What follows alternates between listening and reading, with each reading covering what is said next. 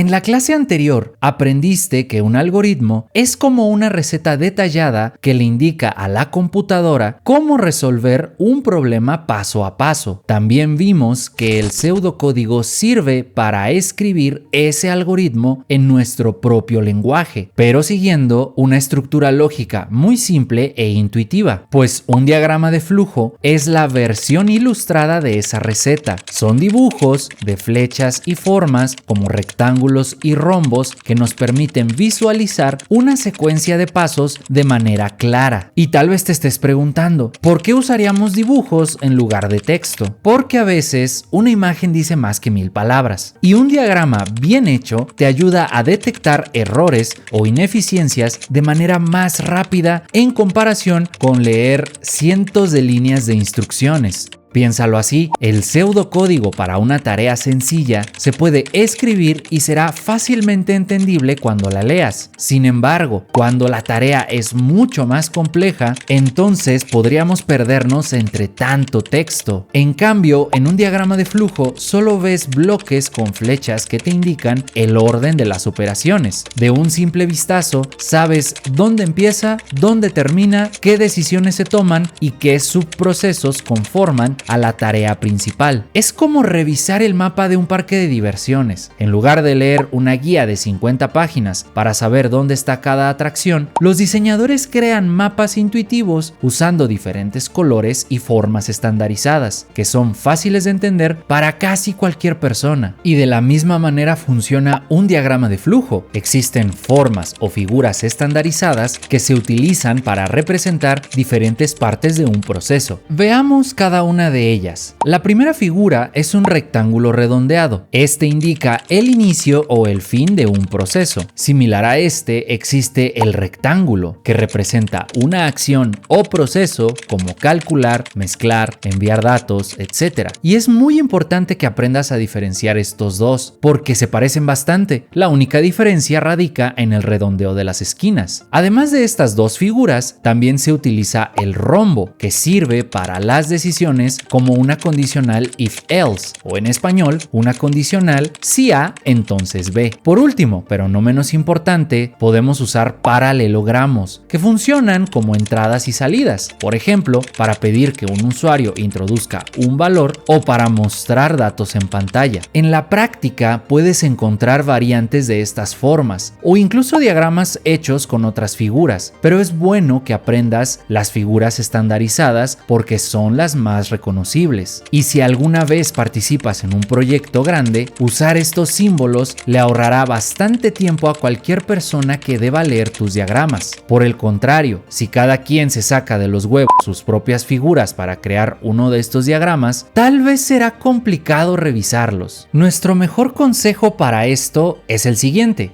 verifica los estándares que utilizan las personas en tu grupo de trabajo para que construyas un pseudocódigo o diagrama de flujo acorde con el lenguaje que ellas o ellos ya sepan interpretar. Aquí otra vez nos enfrentamos a una situación acerca del lenguaje, como lo hablábamos la lección anterior. En fin, además de estas figuras, también se usan flechas o conectores para indicar el flujo de las acciones. Y aquí, saliéndonos un poco del tema, vamos a hablar otra vez sobre el lenguaje. En el mundo en el que tú y nosotros existimos, existe algo llamado direccionalidad de la escritura, que, como dice Wikipedia, es la dirección en que se escriben y se leen los caracteres que forman parte de un texto en un sistema de escritura dado. Ahora, la direccionalidad de escritura que predomina en Latinoamérica y en otros países de donde son nuestros estudiantes es horizontal y de izquierda a derecha, y los renglones en nuestros párrafos se ordenan de arriba para abajo. Entonces, esa misma direccionalidad es la que sugerimos que utilices en tus diagramas de flujo, porque así respetas la manera en que leemos y procesamos información. En pocas palabras, al utilizar flechas o conectores, procura que su dirección sea de izquierda a derecha o de arriba para abajo. Entre más claro sea tu trazado, menos problemas tendrás para seguir la secuencia de tu proceso. Bueno, ya con los fundamentos más básicos sobre diagramas de flujo, vamos Vamos a desarrollar un ejemplo. Supongamos que se debe preparar un sándwich y tal como lo hicimos con el pseudocódigo, para construir un diagrama de flujo debemos identificar las variables y las tareas a ejecutar que conforman a nuestro proceso. En nuestro ejemplo podríamos definir a la cantidad de pan, jamón, queso y condimentos que hay disponibles. Estas variables son de tipo numéricas, ya que almacenan cantidades medibles, pero por otro lado, utilizaremos un nuevo tipo de variable, la variable booleana. Y si no la conocías, una variable booleana es aquella que solo puede tener dos valores, verdadero o falso, 1 o 0. A diferencia de las variables numéricas que almacenan cantidades, una variable booleana sirve para responder a preguntas del tipo ¿sí o no?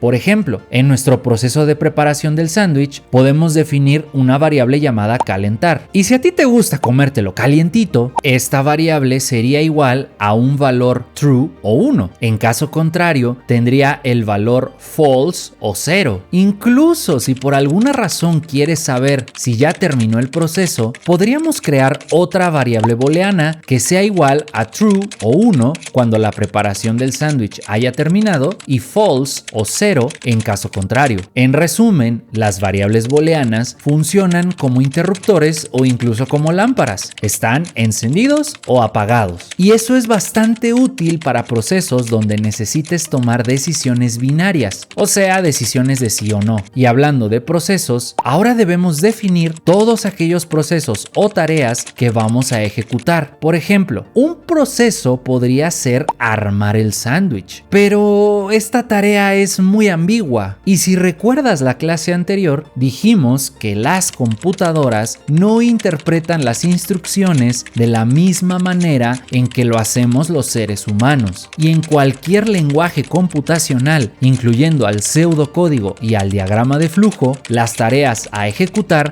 deben ser claras y ordenadas. Entonces, nosotros sugerimos que este proceso sea expandido en todos aquellos subprocesos que lo componen. Por ejemplo, para armar el sándwich, primero debemos verificar si hay ingredientes, es decir, debemos verificar los valores en nuestras variables. Esta verificación dependerá de factores como qué tan grande te gusta o cuánto te entra por la boca. Pero bien diría Babo del Cártel de Santa. Cada quien su ambiente, cada quien su gusto. Y a nosotros nos gustan los sándwiches con 2 rebanadas de pan, 2 rebanadas de jamón, 2 rebanadas de queso, 3 pedazos de aguacate y, ¿por qué no?, un poco de salsa. Pero detén tu antojo por un momento, porque posiblemente pensaste en algún ingrediente que tal vez no tienes en casa. O dicho de otra forma, posiblemente pensaste en verificar el valor de una variable que tal vez no has definido aún. ¿Y qué crees que deberíamos hacer para resolver este problema?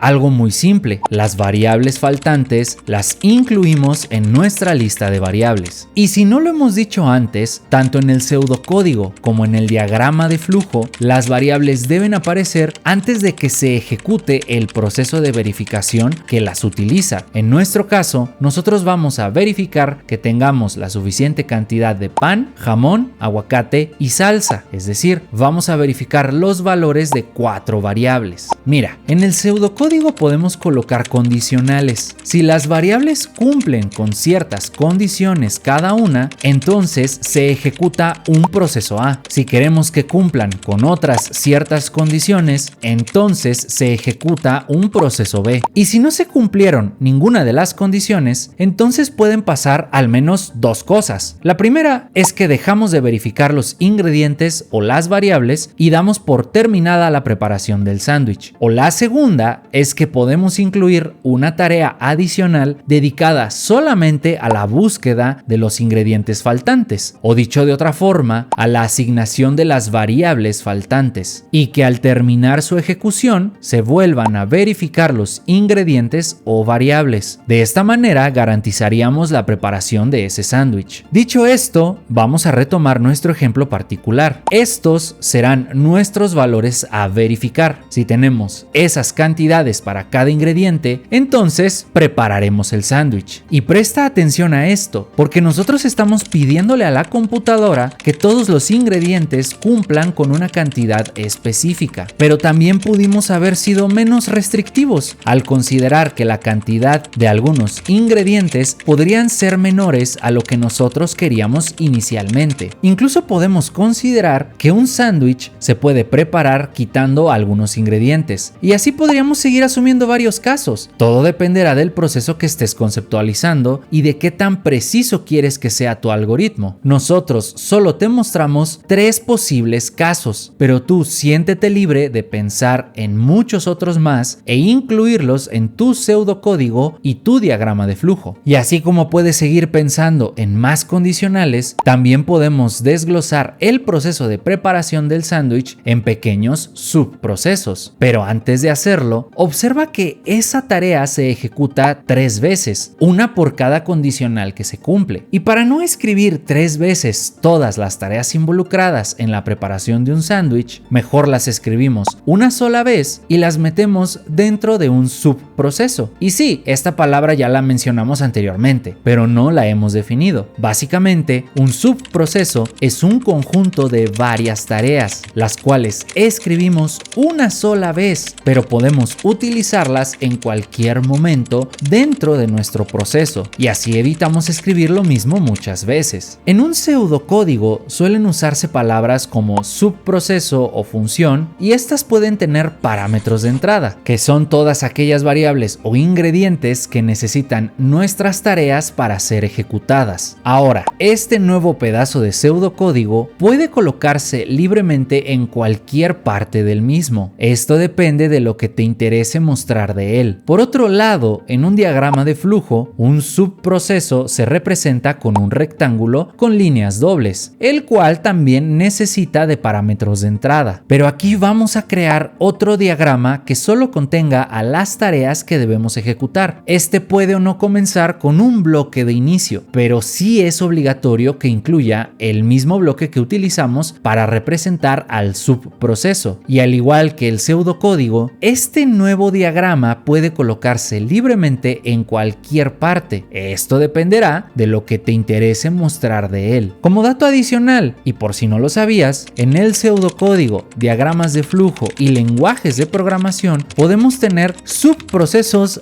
dentro de subprocesos, pero eso depende de qué tan complejo es tu proceso principal y además de qué tan hábil eres con su conceptualización. Básicamente todo depende de cuánto practiques. Nosotros esperamos que este ejemplo sea suficiente para que tú empieces a proponer tus propios procesos y que escribas sus pseudocódigos y construyas sus diagramas de flujo. No tienes por qué esperarte a trabajar en una empresa gigantesca para practicar lo que vimos en esta clase. Tan solo analiza tus actividades cotidianas y conceptualízalas como procesos y subprocesos con variables y condicionales, y hazlo tan detallado como sea posible. Así te darás cuenta que muchas actividades que para nosotros son muy simples o con pocos pasos, para la computadora podría significar el almacenamiento de muchas variables y la ejecución de múltiples procesos, subprocesos y condicionales. En fin, como lo dijo Wittgenstein, los límites de mi mundo son los límites de mi lenguaje, y en esta lección aprendiste los fundamentos de un lenguaje visual utilizado para representar algoritmos. Y decimos fundamentos porque no explicamos cosas como ciclos iterativos, pero no te preocupes, como lo hemos dicho en lecciones anteriores, vamos un paso a la vez. Más adelante, al aprender sobre métodos numéricos, escribiremos los pseudocódigos y construiremos sus diagramas de flujo, y cuando los ejemplos lo ameriten, te mostraremos más propiedades, características o funciones de los pseudocódigos y de los diagramas de flujo. Entonces, si hasta ahora todavía tienes dudas, puedes contactarnos a través de la plataforma en nuestras redes sociales o en la dirección que ves en pantalla. Mientras tanto, continúa estudiando y nos vemos en la siguiente lección.